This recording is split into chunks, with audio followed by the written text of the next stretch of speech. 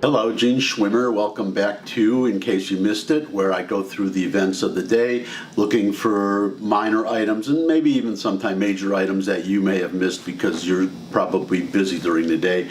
I have a little bit of time to kind of keep up with the news. So here I am to fill you in case you missed it. And well, let's get right into what I have for today. I guess you can call this Blue Model Breakdown, not to be confused with Flat and Scruggs' Foggy Mountain Breakdown. This is not a song. This is actually kind of tragic. Illinois careens into financial meltdown and not even the lottery is safe. And what it is the liberals are running out of other people's money. And if it makes Illinois feel any better, Detroit and Chicago and a whole lot of other cities are having that same problem.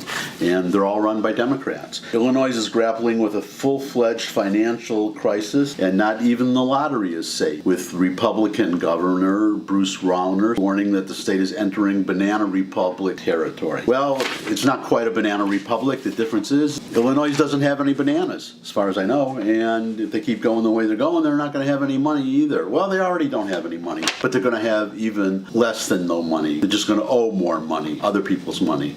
Our money, taxpayers. Moving on, now we get to my hometown, not my hometown, born in Detroit, but my kind of adopted hometown. I live in New York. I've lived here for a long time.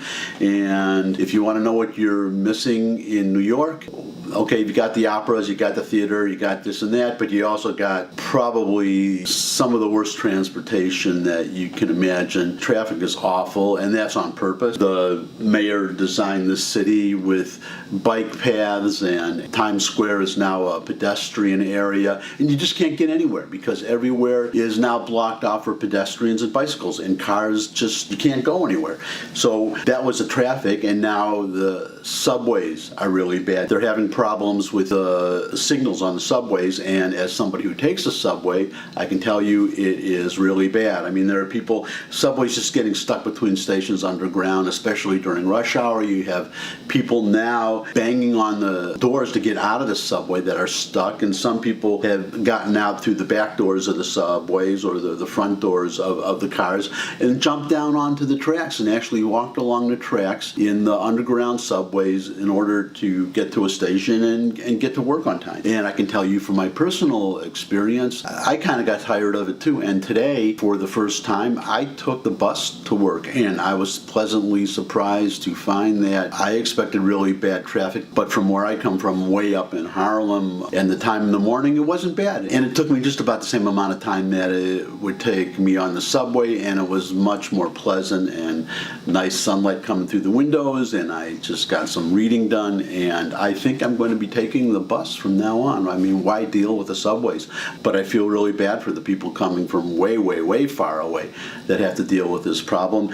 And if you don't live in New York and you're wondering what you're missing, that's one of the things you're missing. Another thing you're missing is rats and mice. So I just threw these couple stories in here just for the heck of it. I'm going to put photos up there, but I linked to all these articles. I linked to the articles so that you can go and read the whole article for yourself, and especially you might want to look up these because they're videos, so you can watch a video. And this one video, well, here's the headline: Intrepid rat drags whole garbage bag across New York City sidewalk. And what you'll see if you go to the video, you're going to see a big old New York rat dragging a garbage bag across the sidewalk. I guess there was a pizza crust that he wanted to get at, this rat, and the rat couldn't get into it, tried to, and just dragged the whole garbage bag across the sidewalk. And my understanding is that the story had a happy ending. The rat was eventually able to get into the bag and get the crust and get away with the crust and left the garbage bag, I guess, there. But anyways, these are your New York City rats, and those little guys are tough. And they're not so little either.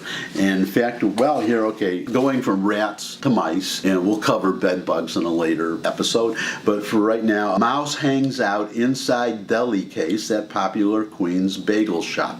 So this is another video you can watch and see a mouse in a deli case just crawling on top of a big, one of those big chunks of cheese that they sell and then they slice up. So if you're hungry, what a wonderful thing to see in your deli, a mouse crawling across the cheese. And I guess the myth about mice liking cheese, I guess it's true. And not just to eat, but to walk across. So there you go. And we had rats, and then we had mice and bagels. Okay, now we have rats and bagels, and not just one rat, you get two rats, okay? Two rats. Video shows two Subway rats fighting over a bagel. Now, when you go to look at the photo in the article, just somebody photoshopped a rat on top of the photo of an underground subway. The rat looks enormous. So just in fairness, the New York City rats, they're not that big yet, but you can look at the video and you can see two rats fighting over a bagel, and it turned out to be a happy ending here too, because they were playing tug of war with the bagel and tore the bagel apart, and each rat got a bagel. So you have your Hollywood stories with your happy endings. This is a New York story, the happy ending. Instead of boy meets girl, it's rat meets rat. And well, what can I say? That's New York. And now we're moving on to something serious here. I'm going to end with China leapfrogs U.S. in critical strategic technology. And what inspired this story is, well, for the first time, China has demonstrated that it is far ahead of the United States in a critical new technology, namely quantum communications. And what this is, it's a method of communicating, and you can encrypt messages pretty well these days, and they're very hard to break, but they're not impossible. But quantum communications are impossible, and it's kind of like the Heisenberg principle, if you remember that from school. When you try to look at something very tiny, just a light bouncing off the electron or whatever, it causes the object to move. And that's what happens here. If somebody tries to crack into a quantum message, just the fact of trying to tap into the message, it disturbs the message, and you can't read it, number one. Number two, it alerts the message sender that somebody is trying to break into their communications. So China is ahead of us on that, and the author, David Goldman, who is one of my favorite writers, by the way, he uses that as a launching point, and he goes far beyond that, which is America, we're losing our place, and we have this idea, that's what he says here, that the Chinese can imitate, but they can't innovate, and this is an example that they can innovate. And, well, I'll just read from the article, quote, "The tortoise," that would be China, "just overtook the hare." That's us. "We haven't woken up from a decades-long nap, and we're at serious risk of losing the race. This is not a drill. This is the real thing," unquote. And I'm really tempted to read the whole article, but this is a really scary part. According to the recent Stanford University comparison of students entering college in the fields of engineering and computer science, Chinese high school graduates arrive with a 3-year advantage over their American counterparts in critical thinking skills. In 2015, Tsinghua University in China passed MIT in the U.S. News and World Report rankings to become, get this, the #1 university in the world for engineering. So it's not America anymore. The #1 engineering university in the world is now in China.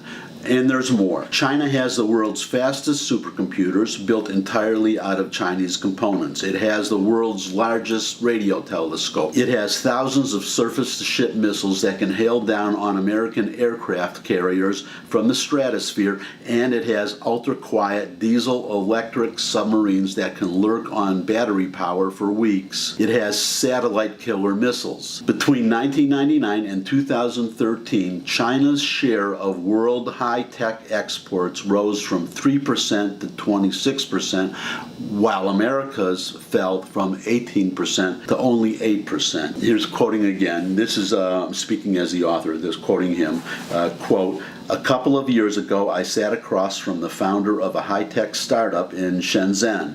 He showed me an app on his phone with a map of the South China Sea and thousands of dots. Each one of these is a ship. We know its location, course, speed, and the condition of its motor. How? The data is obtained by sensors mounted on cheap high-altitude balloons attached to the ground by fiber optic cable. China can field thousands of such balloons on the coast and on the ships. this is the scary part. If all the satellites in the sky were knocked out in a war, the U.S. would be blind. But China would still have complete coverage of its own territory and coast. And what the author is recommending, we need a Kennedy-style moonshot or a Reagan-style strategic defensive initiative to revive our high-tech industries. We don't have high-tech companies anymore. We have a set of monopolies like Microsoft and Google that collect rents and trade with the volatility of a Procter & Gamble. All the technologies that gave us the present economy depended on fundamental breakthroughs in physics.